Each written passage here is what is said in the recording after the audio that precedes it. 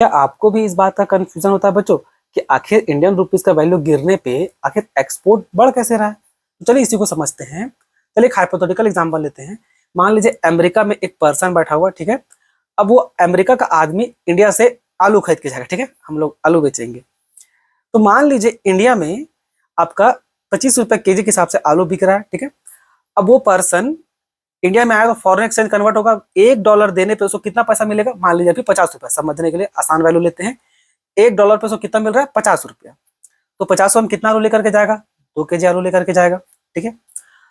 अब किसी कारण से फॉरेन एक्सचेंज मार्केट में मान लीजिए फॉरेक्स का वैल्यू यानी फॉरेन एक्सचेंज का वैल्यू इंक्रीज करता है, डॉलर का वैल्यू बढ़ता है, तो उसका बढ़ने पे क्या होगा? रुपीस का वैल्यू गिरेगा यहाँ पर इंडिया में।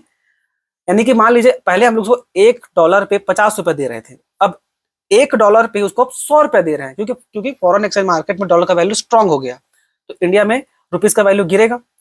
तो अब $1 पे उसको कितना पैसा देना पड़ेगा हम लोग को? 100 रुपया। पहले कितना दे रहे थे? सिर्फ 50 रुपया। तो ये तो फॉरेन एक्सचेंज मार्केट में डिसाइड हुआ है ना। क्या इंडिया में वो जो आलू बेचने वाला था वो तो 25 रुपए केजी के हिसाब से आलू बेच रहा था, तो क्या अब वो बढ़ा दिया क्या रेट? वो नहीं, वो तो उतना का उतना ही है ना। अब तो वो उतना का उतना ही है। अब वो अमेरिका का आदमी जब इंडिया में खरीदने आएगा तो $1 देगा और कितना पैसा लेगा? अब 50 नहीं लेगा वो, अब वो लेगा 100 रुपया लेगा।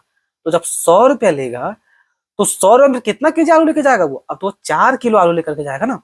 पहले उसको मिलता था 50 रुपया, तो 50 रुपये में 2 केजी आलू लेके जाता था। अब उसको वही $1 पे मिल रहा है 100 रुपया। क्यों? क्योंकि भाई फॉरेन एक्सचेंज मार्केट में फॉरेन एक्सचेंज का वैल्यू बढ़ा है, तो इंडियन करेंसी का वैल्यू गिर गया, जिसके कारण अब उसको $1 में 50 रुपए नहीं दे रहे हैं, कितना दे रहे हैं? 100 रुपए दे रहे हैं। तो 100 रुपए में तो 4 केजी आलू आ जाएगा ना। तो देखिए पहले 2 केजी आलू हम लोग एक्सपोर्ट कर रहे थे, अब 4 केजी आलू एक्सपोर्ट कर रहे हैं।